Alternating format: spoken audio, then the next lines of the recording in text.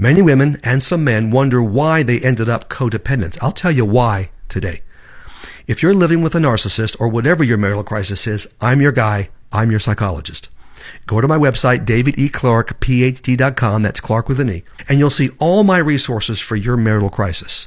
I don't care what it is. I have a book for you. I've got a plan for you. You can talk to me in a 45-minute phone advice session. I'll get the background and I will give you a plan in that very first session.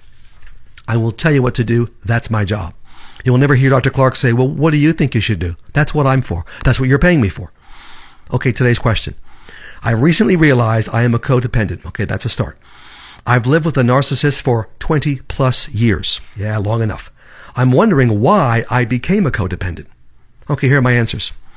Part of the answer is in your email. You have lived with a narcissist for 20 plus years. If you stay with a narc for more than even several years, you're actually forced into a codependent role, whether you're a man or a woman. To cope and survive the narc's abuse, you become codependent. You don't think about yourself. You only think about the narc and how to keep him happy, how to walk on eggshells, how to get through another day with him or her. Also, by nature, women are nurturers and caretakers.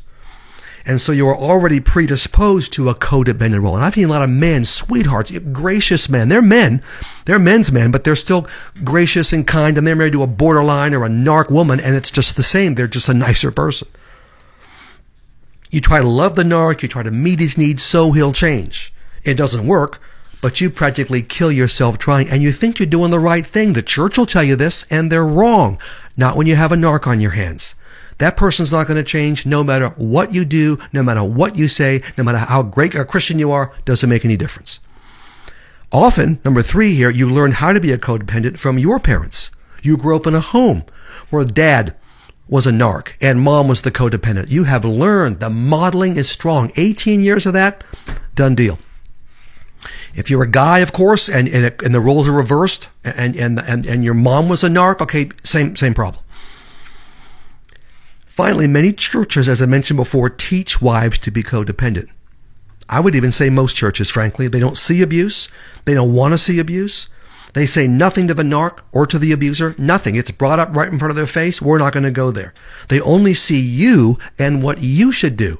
The terrible things done, the terrible things he said, they're not, he gets a pass, and it's what you're doing or not doing. That's codependency.